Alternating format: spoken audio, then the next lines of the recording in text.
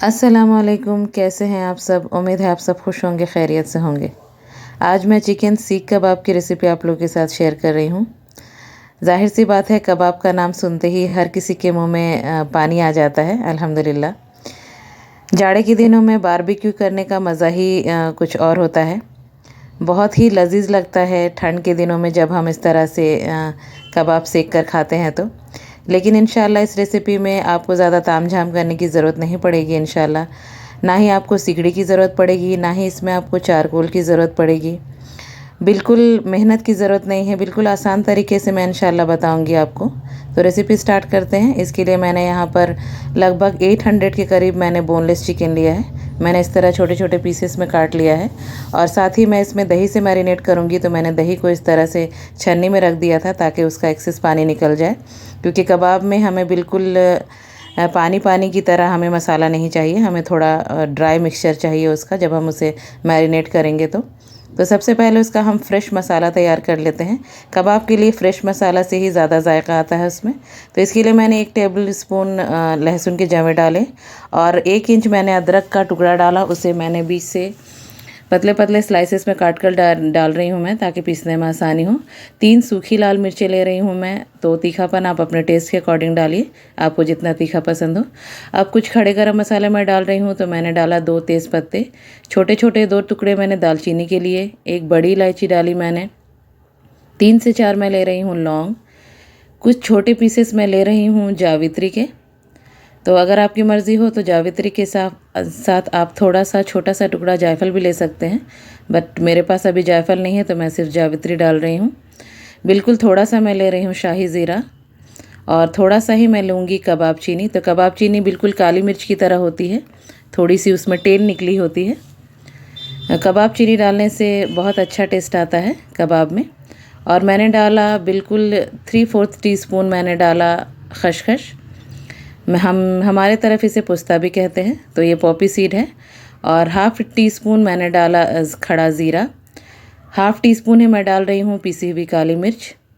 1/2 teaspoon मैं डाल रही हूँ हरी वाली इलायची का पाउडर। और 1.5 टीस्पून मैं ले रही हूँ कश्मीरी रेड चिली पाउडर, क्योंकि मैंने सूखी लाल मिर्च भी पीसी है तो वो तेज़ वाली मिर्ची थी, तो इसलिए मैं कश्मीरी लाल मिर्च कलर के लिए ले रही हूँ। अब इन सब चीज़ों को बिल्कुल थोड़ा सा पानी या ज़रूरत के मुताबिक पानी डालकर हम एक फ़ाइन पेस्ट बना लेंगे। तो अब हम मैरिनेट कर लेते हैं। तो सबसे पहले मैं चिकन में डाल रही हूँ नमक। तो हस्बे ज़रूरत आप नमक डालिए। फिर मैं डाल रही हूँ इसमें बिल्कुल 1/4 टीस्पून मैं डाल रही हूँ हल्दी पाउडर। और अब जो हमने फ्रेश मसाले पीस कर तैयार किए हैं वो मैं इसमें डाल रही हूँ। तो देखिए, मैंने कश्मीरी रेड चिली पाउडर का इस्तेमाल किया था, तो मसाले का रंग अल्हम्दुलिल्लाह बहुत अच्छा आया है। तो मर्ज़ी आपकी है, अगर आपको डालना हो तो डालें, नहीं तो आप इसे स्किप कर सकते हैं। लेकिन मैं एक टिप देना चाहूँगी कि कबाब में आप खसखस का इस्तेमाल यानी पॉपी सीड का इस्तेमाल ज़रूर करें। और अब मैं डाल रही हूँ दही, जो हमने उसे छन्नी के ऊपर रखा था। तो देखिए, छन्नी के ऊपर रखने से बिल्कुल हमें एक सूखी दही मिली है, हंग कट कहते हैं इसे। तो आप इसे एक मलमल के कपड़े में भी दही को डालकर और किसी टैप में या फिर कहीं पे लटका दें ताकि एक्सेस पानी निकल जाए। तो मैंने 4 टेबल स्पून दही डाला और अब मैं डाल रही हूँ सरसों का तेल, जो कि कबाब की जान है। तो आप सरसों की तेल बिल्कुल भी स्किप ना करें। तो मैंने 3 टेबल स्पून के करीब सरसों का तेल शामिल किया।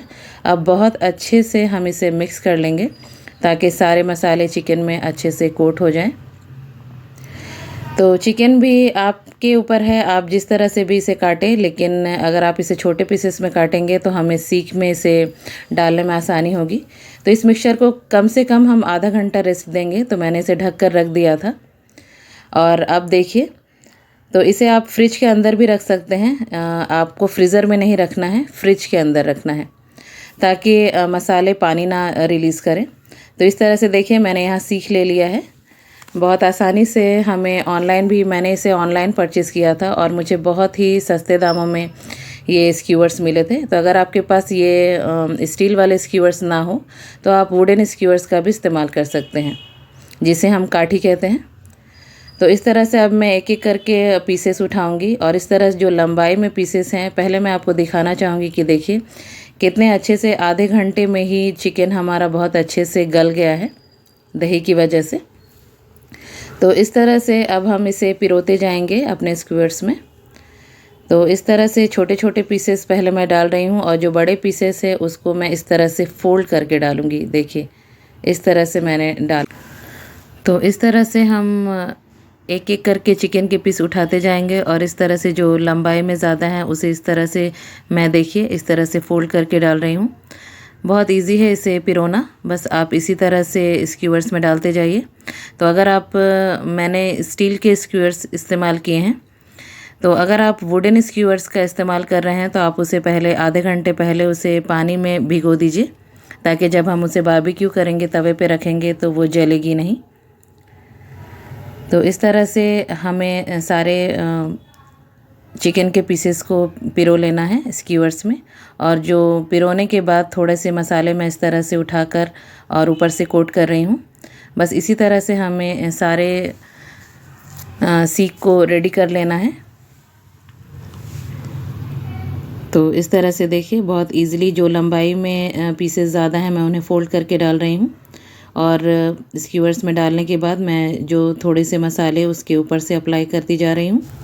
तो इस तरह से हमने सारे सीख रेडी कर लिए हैं और ये जो मसाले बच गए हैं तो मैं इनका इस्तेमाल आपको आगे बताऊंगी कि इस मसाले को हमें डिस्कार्ड नहीं करना है, ये यूज़ में आ जाएगी जब हम इसे तवे पे रखेंगे। तो अब हम कबाबों को सेकने की तैयारी कर लेते हैं। तो यहाँ पर कबाब सेकने के लिए मैंने एक तवा रख लिया है और फ्लेम हमारा अभी हाई है क्योंकि तवे को हमें बहुत अच्छा हॉट करना है। तो अब मैं इसमें अगेन सरसों तेल ही डाल रही हूँ, 2 टेबल स्पून जैसा मैं सरसों तेल डाल रही हूँ। ज़्यादा सरसों तेल हमें नहीं डालना है क्योंकि हमने मैरिनेशन में भी तेल डाला है। तो इस तरह से मैं तेल को ब्रश की हेल्प से फैला ले रही हूँ। आप देख सकते हैं कि तवा हमारा कितना हॉट है। तो अब मैं एक एक करके स्क्यूअर्स को प्लेस करती जा रही हूँ। तो देखिए मेरे स्क्यूअर्स में वुडन का हैंडल लगा हुआ है, तो मैंने इसे भी थोड़ा सा पानी में भिगो दिया था क्योंकि ये डायरेक्ट तवे को टच कर रही है तो जल ना जाए, इसलिए मैंने इसे थोड़ा सा भिगा दिया था। तो इस तरह से आप जिस भी चीज़ में कबाब को सेक रहे हैं, फ्राई पैन में या फिर तवे में, तो उस तरह से जितनी भी गुंजाइश हो, जितनी जगह हो, आप उतना ही सीख उसमें ऐड करें। ओवर क्राउडेड हमें नहीं करना है। तो मेरा ये जो तवा है वो काफ़ी बड़ा है। तो इस तरह से देखिए मैंने सारे सीखों को प्लेस कर दिया है और अब जो बचे हुए मसाले थे मैं इसके ऊपर कोट करती जा रही हूँ फिर से। तो सारे मसाले हमारे इसमें यूज़ हो जाएंगे और मसाला इस तरह से हम अप्लाई करते जाएंगे और इसे सेकते जाएंगे पलट पलट कर। तो इस तरह से कबाब हमारे सूखे सूखे नहीं बनेंगे। जब हम इसे बाइट लेंगे तो बहुत बाहर से क्रिस्पी और अंदर से बिल्कुल जूसी होगी। तो इसकी एक और ट्रिक है और यूँ कह लीजिए बहुत इंपॉर्टेंट टिप्स है कि यहाँ पर आपको फ्लेम मीडियम पे भी नहीं करना है और ना ही लो रखना है। आप अगर लो पे रख देंगे तो बिल्कुल धीरे धीरे ये सिकेगी, जिससे ये टफ़ हो जाएगी। जब आप इससे बाइट लेंगे तो आपको बिल्कुल ये टफ़ लगेगी खाने में, जो कि हमें नहीं चाहिए। कबाब बाहर से क्रिस्पी और अंदर से जूसी ही बहुत टेस्टी लगती है। तो इस तरह से देखिए तब हमारा फ्लेम हाई ही है और इस तरह से एक तरफ से सिक गई है। सेंटर का पार्ट ज़्यादा गर्म है इसलिए बीच में बहुत अच्छा कलर आ गया है। तो अब मैं किनारे के सीखों को भी उसकी जगह को चेंज करती जाऊंगी। तो उस तरह से आप अपने अंदाज़ के मुताबिक एक एक स्क्यूअर्स को अंदाज़ करते हुए कि किस तरह से सिक रही है, तो आप जगह को चेंज करते हुए आप इसे सेकते जाएं। और इस तरह से जब एक साइड से कबाब बहुत अच्छे से सिक जाएगी तो हम इसे टर्न कर देंगे। तो इस तरह से देखिए बीच के सीख को उठाकर मैंने साइड में रख दिया और जो साइड में थी उसे मैंने फिर से सेंटर पे रख दिया। तो इस तरह से एक साइड बहुत अच्छा सीख गई है और अब हम इसमें ऑयल वाला ब्रश करेंगे। तो मैंने सरसों का तेल ही अप्लाई करना है हमें इसमें। सरसों के तेल से ही टेस्ट आता है। तो अगेन मैं यही कहना चाहूँगी आप रिफाइंड ऑयल का इस्तेमाल ना करें। तो इस तरह से हम जिस साइड से भी पलट कर सेकते जाएंगे, हर साइड में हमें तेल का इस तरह से ब्रश करना है। उससे क्या होता है कि स्मूथनेस बनी रहती है। आपको जब आप एक एक चंक्स बाइट करेंगे तो आपको बहुत जूसी लगेगी। तो इस तरह से आपको तेल अप्लाई करते जाना है और बराबर से हम तवे को घुमाते हुए इस तरह से सेकेंगे ताकि बराबर से हीट चारों तरफ से लगे सीखों में और हमारे चिकन के पीसेस एक एक पीसेस बहुत अच्छे से परफेक्टली कुक हों। तो इस तरह से स्लो फ्लेम में बिल्कुल हमें इसे सेकना नहीं है क्योंकि हमें पीसेस को टफ़ नहीं करना। हाई फ्लेम पे ये सिकेगी और ये चिकन है इसलिए ये बहुत आसानी से सिक जाती है। इसे टाइम नहीं लगता। तो इस तरह से दोनों साइड से सीख चुकी है। तो अब मैंने यहाँ पर एक जाली का स्टैंड रखा। हर घर में अमूमन जाली का स्टैंड होता ही है। तो इस तरह से जाली के स्टैंड पे मैंने पहले तेल से ग्रीस कर लिया था इसे, ताकि जब हम इसमें सीख रख रहे हैं तो ये इसमें स्टिक ना हो जाए। तो आप इस चीज़ का ध्यान रखेंगे कि जाली के स्टैंड में पहले आप ऑयल से ग्रीस कर लीजिए। तो अब मैं एक एक पीस उठाकर, एक एक सीख उठाकर इसमें प्लेस कर दिया मैंने सारे सीखों को। और अब फ्लेम को बिल्कुल हाई करके बस हम इसमें तेल अप्लाई करते जाएंगे, सरसों का तेल। तो इस तरह से तेज़ फ्लेम पे ही हम ऑयल की ब्रश करते जाएंगे और इस तरह से हम फ्लेम को तेज़ रखेंगे और करीब मैं सिर्फ 1 मिनट तक इसे इसी तरह से ग्रिल करूँगी। तो इस तरह से फ्लेम तेज़ी है हमारा। जैसे जैसे तेल आग को टच हो रही है तो उससे जो धुआं उठेगा उसी से हमारा ये एक चारकोल का इसमें फ्लेवर आएगा चिकन के पीसेस में। तो जब आप बाइट लेंगे तो आपको बिल्कुल यकीन नहीं होगा कि आपने इसे सिगड़ी पे नहीं सेका या फिर आपने इसमें चारकोल का इस्तेमाल नहीं किया है। बिल्कुल आपको वही फ्लेवर मिलेगा। तो इंशाल्लाह आप इस रेसिपी को ट्राई कीजिए और मुझे कमेंट के ज़रिए बताइए कि आपको ये रेसिपी कैसी लगी। अगर आपको मेरे वीडियोस अच्छे लगते हैं तो मेरे चैनल को सब्सक्राइब करना मत भूलिए। साथ ही बेल आइकन को ज़रूर प्रेस किया कीजिए ताकि आपको मेरी नई आने वाली वीडियो की नोटिफिकेशन बआसानी मिल सके। और मेरे वीडियो अगर आपको अच्छे लगते हैं तो उसे अपने फैमिलीज़ और फ्रेंड्स में ज़रूर शेयर किया कीजिए। तो इस तरह से हमारे कबाब बहुत अच्छे से सीख चुके हैं। मैंने उसे डिश आउट कर लिया है और देखिए बहुत अच्छे से ग्रिल मार्क आए हैं और बहुत अच्छी खुशबू आ रही है कबाब से। तो इस तरह से जाली स्टैंड में हमें इसे बहुत ज़्यादा देर तक फायर के ऊपर नहीं रखना है। बिल्कुल मैंने 1 मिनट इसे फायर के ऊपर रखा था और फ्लेम को बंद कर दिया था।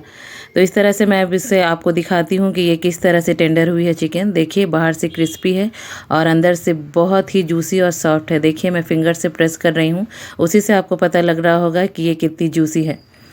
तो इस तरह से आप ये रेसिपी ट्राई कीजिए और मुझे खूब सारे दुआओं में याद रखिए। मिलती हूँ नेक्स्ट वीडियो में इसी तरह की मज़ेदार रेसिपी के साथ इंशाअल्लाह। अल्लाह हाफ़िज़।